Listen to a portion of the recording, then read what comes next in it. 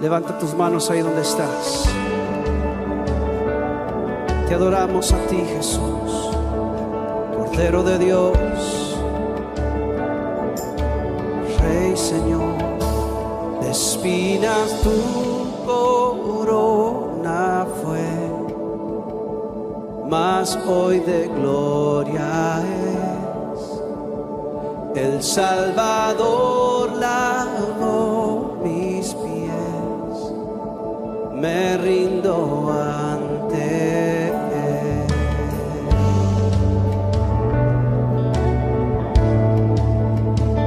Cayó mi culpa sobre aquel que hoy reina en majestad.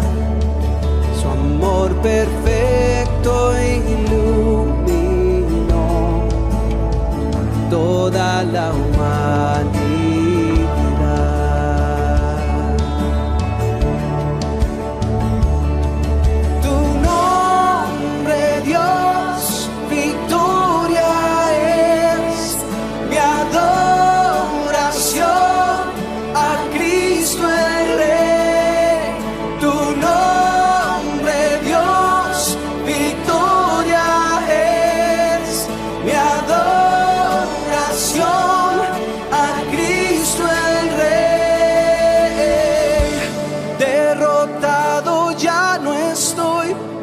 Espíritu en mí, Jesús resucitó y vivo está en mí.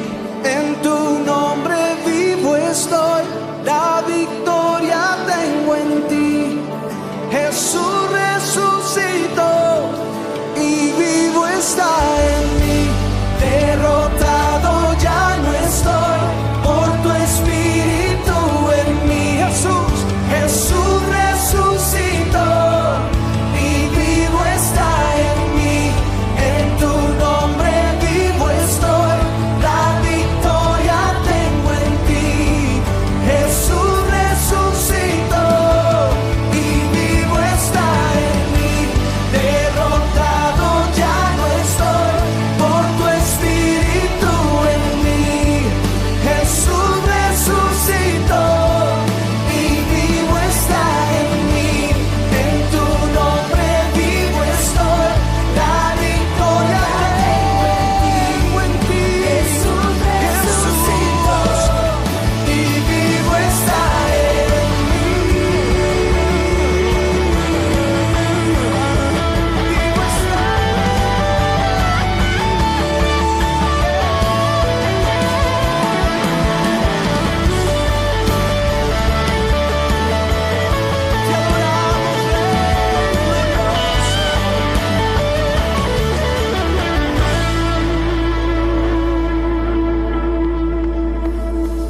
La tumba vigilada fue,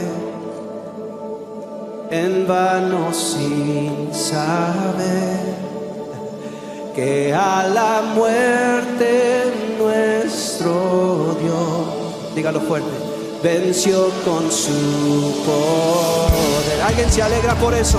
Venció con su poder.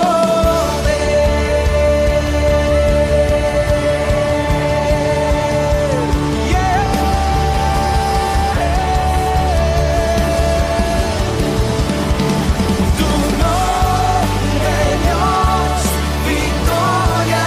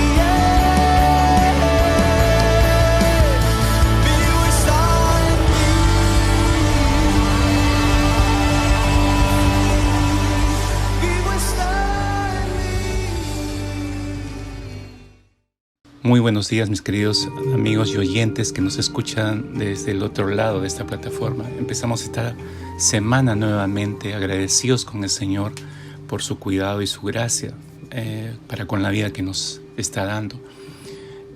Quisiera que a lo largo de esta semana entremos a meditar y reflexionar en un tema para muchos complejo, para otros poco agradable, para muchos otros totalmente desagradable, diríamos. Y en este tiempo no se quisiera hablar respecto a esto, a pesar que lo podemos estar viendo y hasta experimentando muy de cerca. ¿A qué tema me estoy refiriendo? Me estoy refiriendo al tema de la muerte. ¿Por qué hablar de la muerte? Usted pensará, quizás algunos dirán, pastor, yo pensé que íbamos a empezar la semana pensando y reflexionando algo constructivo, algo que nos desafíe, nos anime para poder seguir con esta batalla. Sí, y siento defraudarlo en ese sentido, pero ¿qué tema más real puede ser el de la muerte hoy en día si la estamos experimentando y mirando todos los días más cerca de lo que imaginamos, alcanzando a gente tan cercana a nosotros, parientes, amigos, hermanos, y viendo la tristeza del mundo, la congoja de la humanidad? ¿Y por qué esa angustia? Porque no tienen esperanza. No hablo de falta de sensibilidad, no estoy hablando de eso, estoy hablando de enfrentar correctamente esa experiencia, a pesar del dolor, la tristeza que puede ocasionar en estos corazones. Ahora, estas reflexiones acerca de la muerte en esta semana tienen su razón de ser, por un lado, como le decía, porque es una experiencia inevitable en el ser humano, pero por otro lado, tengo la esperanza que a través de estos audios, en esta semana, haya mucha gente que pueda escuchar, a pesar del dolor de enfrentar esta experiencia de la muerte inevitable y de una manera abrupta por esta pandemia, pueda tener esperanza. Hay mucha gente que no sabe qué es la muerte, por qué ocurre esta, qué hay después de la muerte. Son preguntas que invaden el corazón de mucha gente y por no tener respuestas trae mucha tristeza y desconsuelo a su ser. Entonces, por eso creo que es necesario, Dios nos está llevando a este tema porque es necesario tratarlo. No podemos esquivarlo, negarlo. El simple hecho de no querer tocar el tema no borra la realidad. No se da cuenta alrededor. Las estadísticas son pavorosas en todo el mundo. En nuestra propia nación, la cantidad de gente que está muriendo. Este es el tiempo para hablar de la muerte, pero desde una perspectiva de Dios, desde una perspectiva escritural. ¿Qué dice la Biblia respecto a esto? Permítame empezar entonces en esta mañana para aprovechar cada segundo por un texto del libro de Daniel, capítulo 12. Libro de Daniel, capítulo 12, versículo 13. Es el final de este libro, es el final de este capítulo. Y usted se va a dar cuenta allí lo que le dice Dios a Daniel de manera personal, ya cerrando el libro de Daniel. Le dice, pero tú persevera hasta el fin y descansa, que al final de los tiempos te levantarás para recibir tu recompensa. Permítame iniciar con una historia de hace ya muchos años atrás. Es una mujer que luchó contra el cáncer. Su nombre fue Elena Tang, de 43 años. Y su historia fue seguida por todo el mundo y produjo mucha tristeza porque ella permitió que un periodista hiciera un seguimiento de esa experiencia e informar al mundo acerca de la manera como ella luchó contra el cáncer. Ella le había permitido a este periodista y un fotógrafo seguirla durante un periplo de operaciones, quimioterapia, recuperaciones y recaídas a lo largo de más de 7 meses. En algunos momentos el mundo veía cómo se recuperaba y en otros sentía la frustración de que no estaba dando resultado ningún tratamiento. Elena fue una creyente que se apartó de Dios.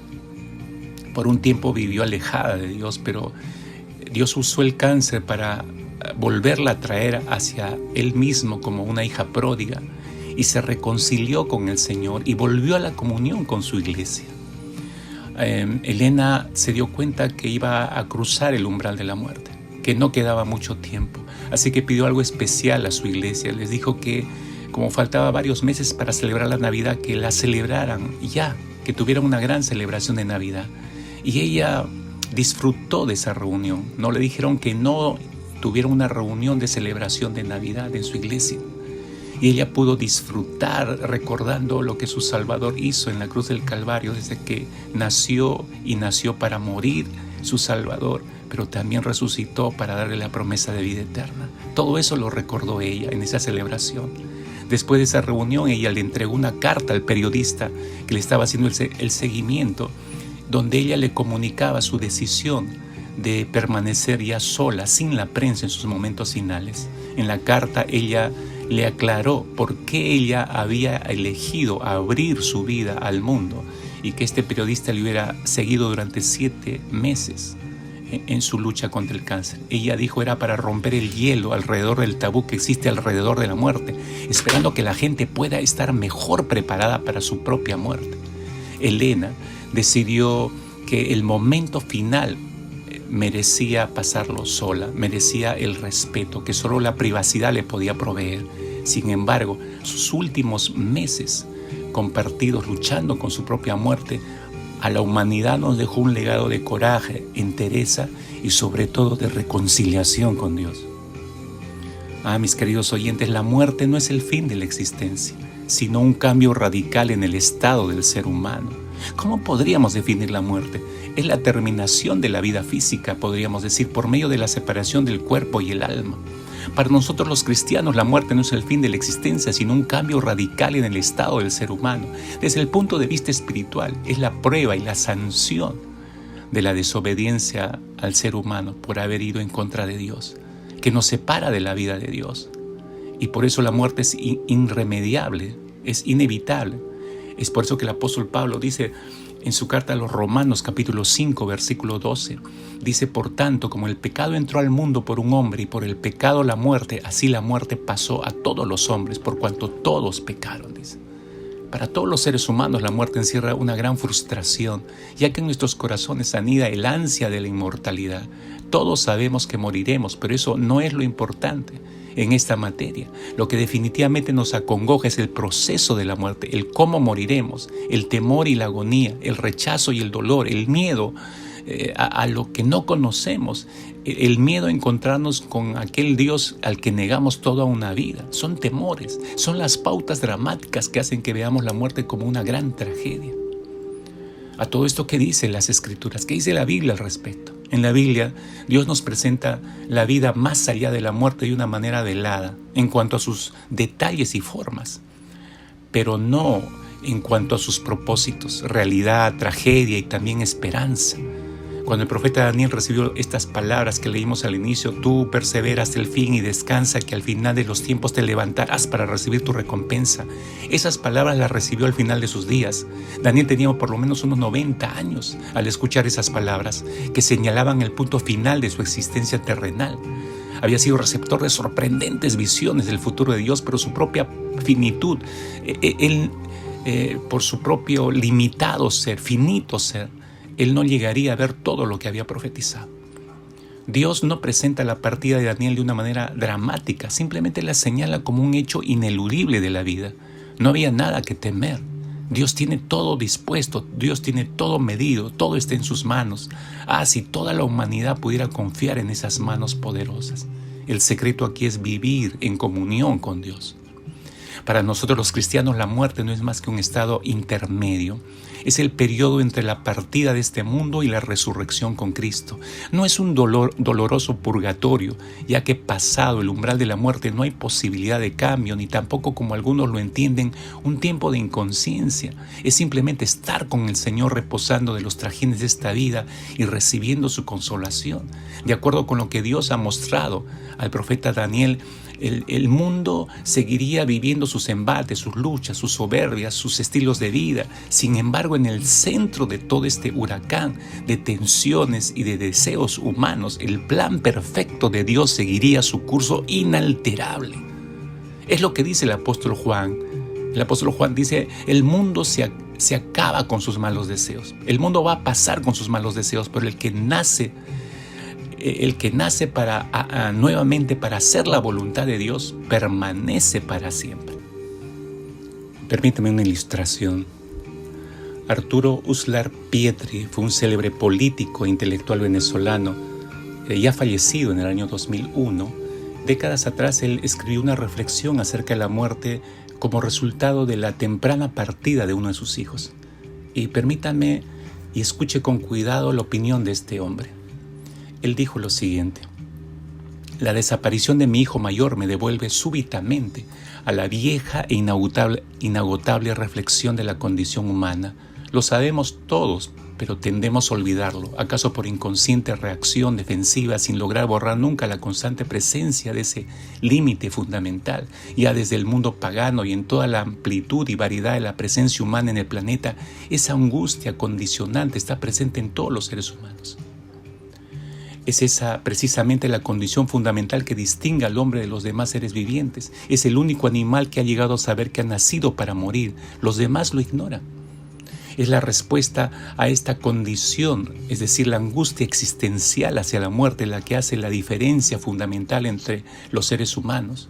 Nuestra civilización recientemente muy pragmática y poco espiritual adolece mucho de la falta de conciencia de este sentimiento y de la reflexión acerca de la eternidad.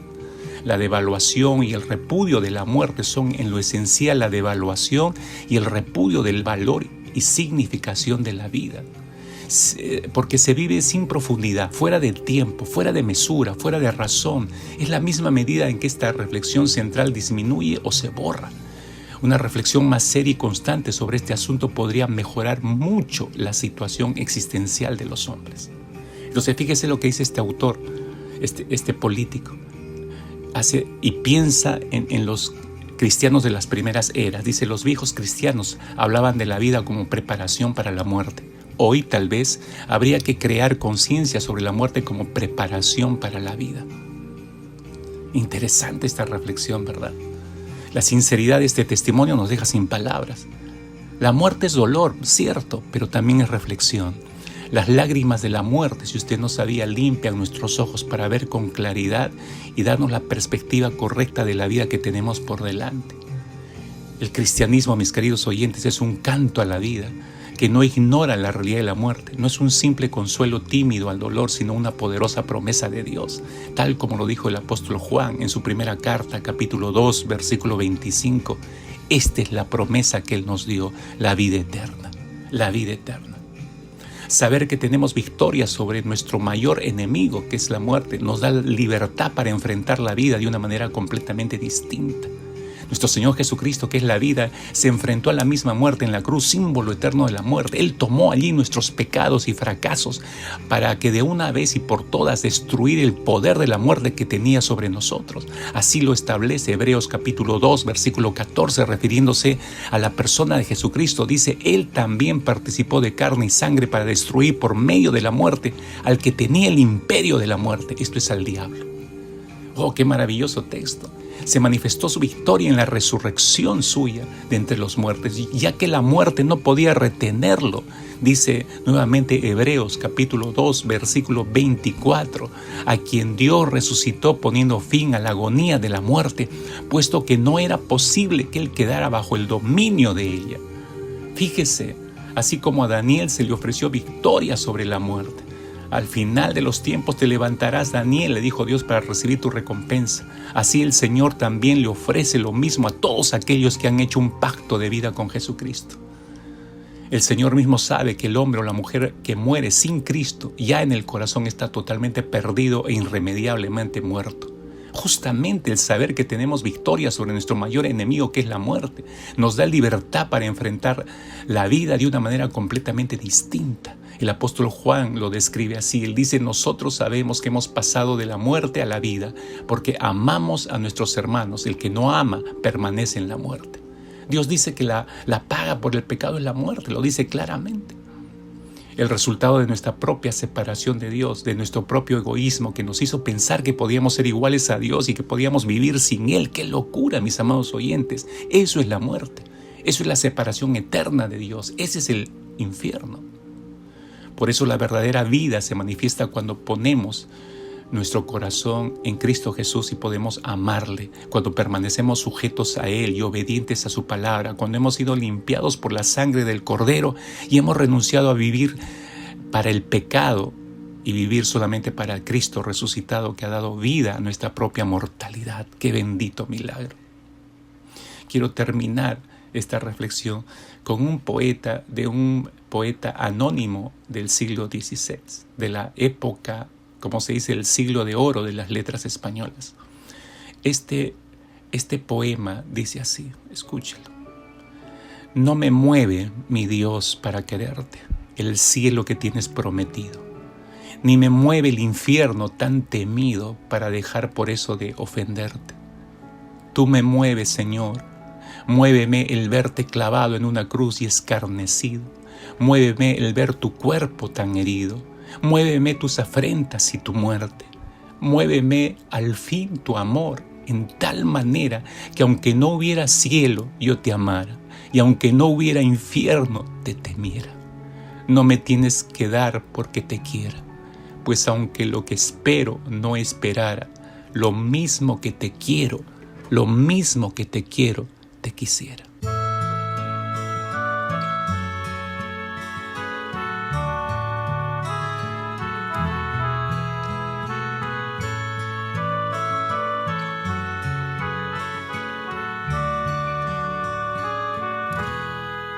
No me mueve mi Dios para quererte, y el cielo que me tienes prometido. No me mueve el infierno tan temido para dejar por eso de ofenderte. Tú me mueves, Señor, muéveme al verte clavado en una cruz, escarnecido. Muéveme al ver tu cuerpo tan herido, muéveme tus afrentas y tu muerte, muéveme tu gran amor de tal manera que aunque no hubiera cielo yo te amara, que aunque no hubiera infierno te temiera, que así como te quiero te quisiera.